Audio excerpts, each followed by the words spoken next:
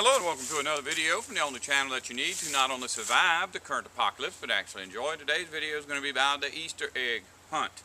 Easter will be coming up in a couple of months, and maybe the information I share with you today will allow you to make an informed decision as to whether you want to participate in the Easter egg hunt or avoid it. Now, I made a video last week, and I said in that video that I had gotten some information from 3 of my subscribers that I never would have thought of on my own. It was just some things they told me that something clicked, and I realized where the Easter egg came from. Now, I'll tell you what these people told me. One of them said that when he saw my video about the lunar eclipse, that the lunar eclipse to him looked like the eyeball or the egg in the center of the all-seeing eye image that we're all aware of, or we're all familiar with.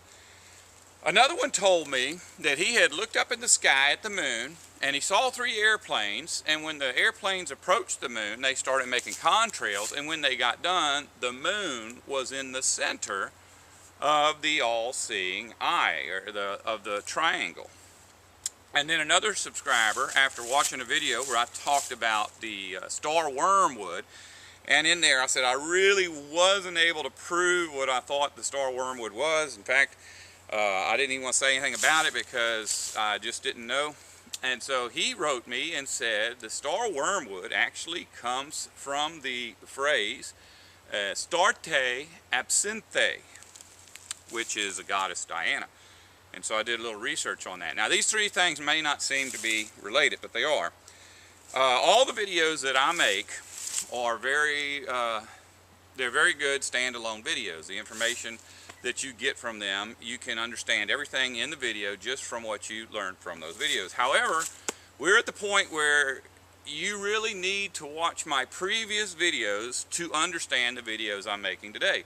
This video that I'm making right now may not make any sense to you if you are a new viewer and are not familiar with the All-Seeing Eye series that I did, or the Written in Stone series that I did. In particular, the video, the Urim, the Thummim, and the Sea of Glass, which is part of the Written in Stone series.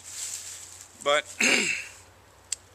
part of the confusion that people have with the Bible, why it sometimes doesn't seem to make sense, is because of translation.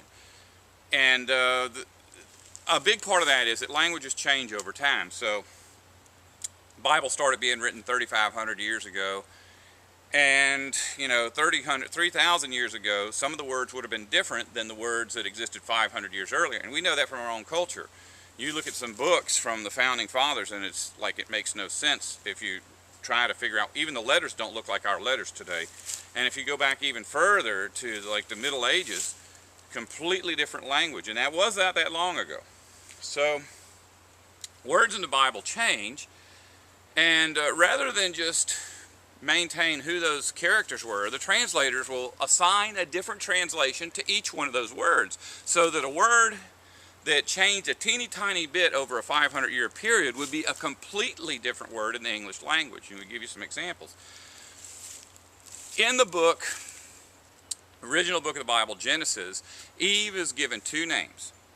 The first one is Eve, that we are familiar with. The second one is woman. But that's not what the Bible says. In the original Hebrew, where it says woman, it originally said Ishasha. Ishasha. Later, when it says Eve, what it actually says is Sheve. Sheve. Now, the problem with that is that as time goes on, she's referred to again, but the name's just a little bit different, and so we get a different word. And by the time we get to the very end of the Bible, she's actually called Diana. Not in all Bibles, but in some Bibles, she's Diana. And that's because of the false worship that surrounded her. She was the mother of everyone on the earth. She was the first woman, and that's what these 2 words mean.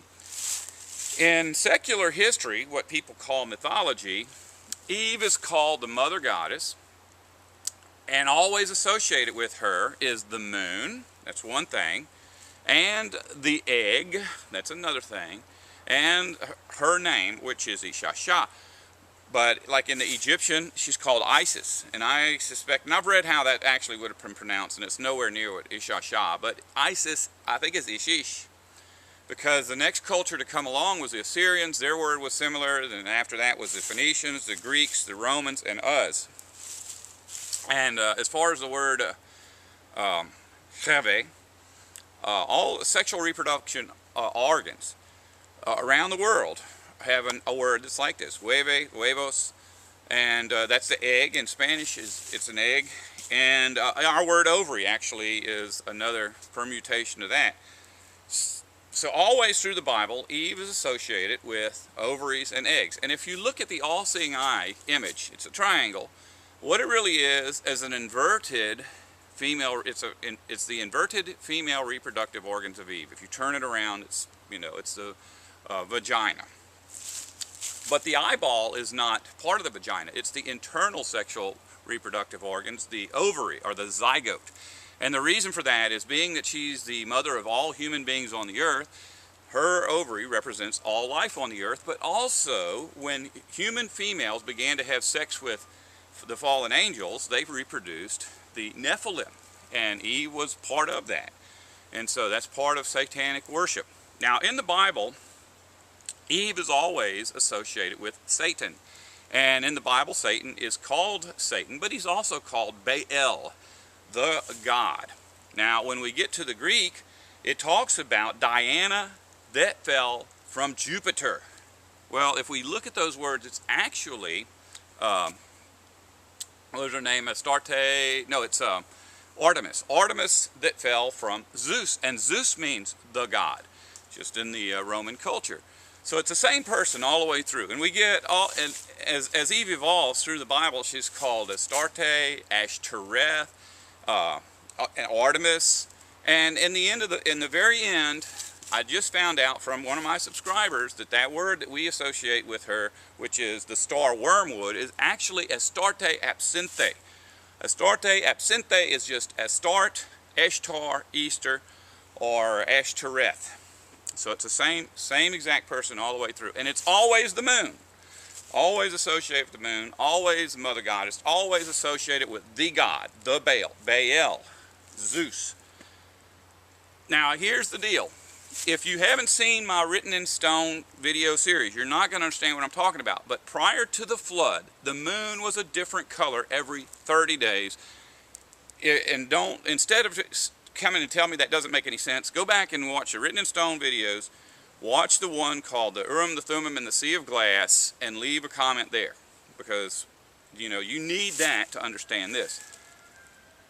It just popped into my head after these 3 subscribers contacted me that the Easter egg hunt was initiated thousands of years ago after the flood by the wicked survivors of the flood, Noah's children that did not stick to Jehovah's standards. That Easter egg hunt is actually a hunt for the hueve, the moon, the egg of Eve, because it stopped changing colors. That's why they would dye these eggs and hide them, because children were looking to find the colored moon that no longer existed. So now you know.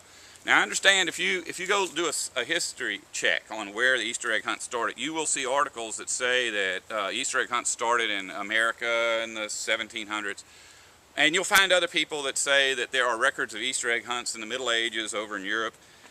And but that's not really how far it goes back, because it is a known fact that all mother goddess worship, whether it's Ashtoreth, Ishtar, Easter, or Artemis, Absinthe, all of those were associated with colored eggs.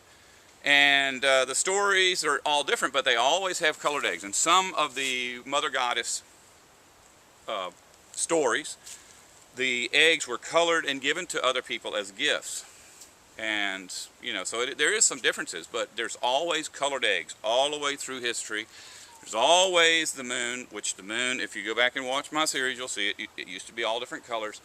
And there's always an association with the god, Satan, the Baal, Zeus, and whatever gods the churches have today. And in fact, if you go back and look at the art, like I said earlier that Isis was Eve, if you look at the old ancient pictures, hieroglyphs from the pyramids, you'll always see Eve with some kind of a rig on her head, like a really fancy hat with a moon hanging in the middle.